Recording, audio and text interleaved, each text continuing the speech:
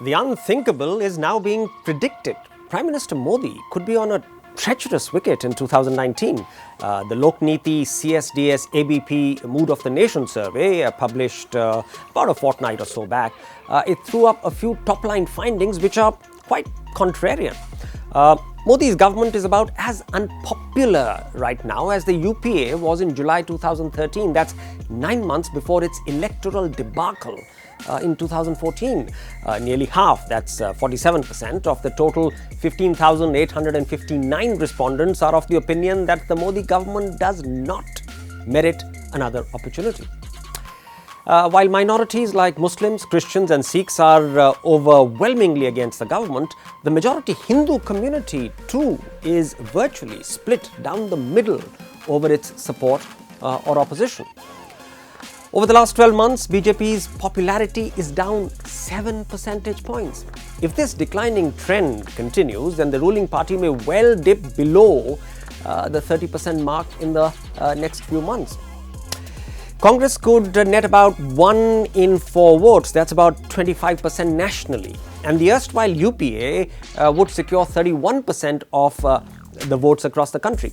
Remember, this does not include the Congress's newfound allies, that's Mayawati's Bahujan Samaj Party, BSP, Akhilesh Yadav Samajwadi Party, SP, and HD Deve Gowda's Janata Dal Secular, which could add another 11 percentage points to the new UPA's tally.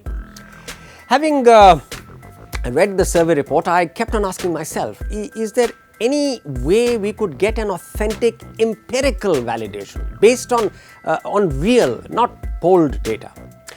And that's about the time a brainwave hit me. Since January this year, there have been a large number of by-elections scattered all over the country. What if I compared the treasure trove of actual voting data with what CSDS's poll captured?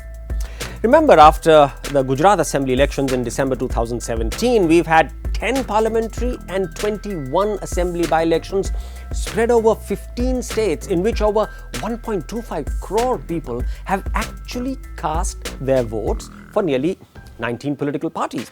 Wow, I mean, true data is actually stranger than sampled fiction, because there is a perfect overlap between the by-elections' real voting data and CSDS's survey percentages.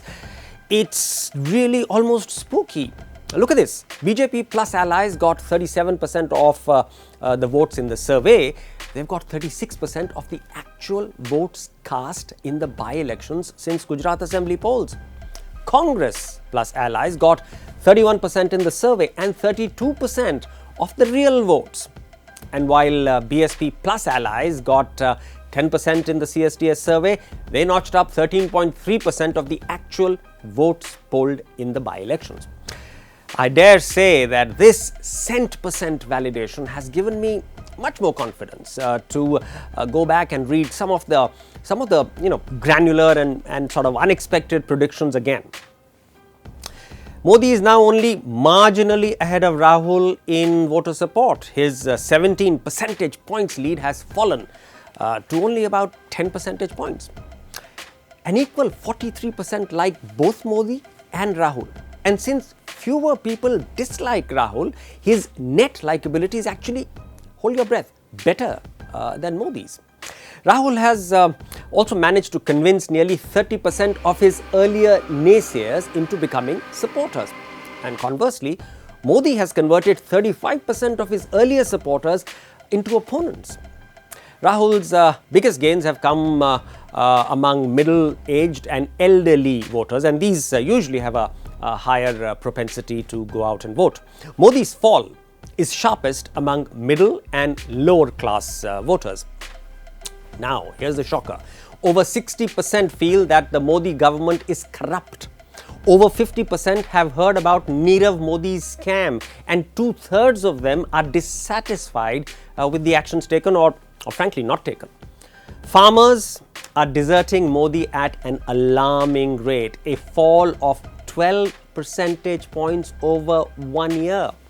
And the bulk of these gains are accruing not to the Congress but to the non-Congress regional parties.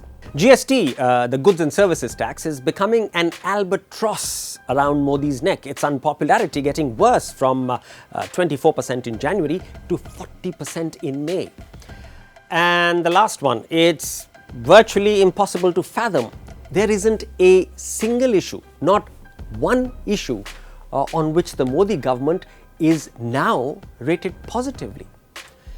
So the net impact of this, all that we've done just now, is to show us that the 2019 electoral race is wide open.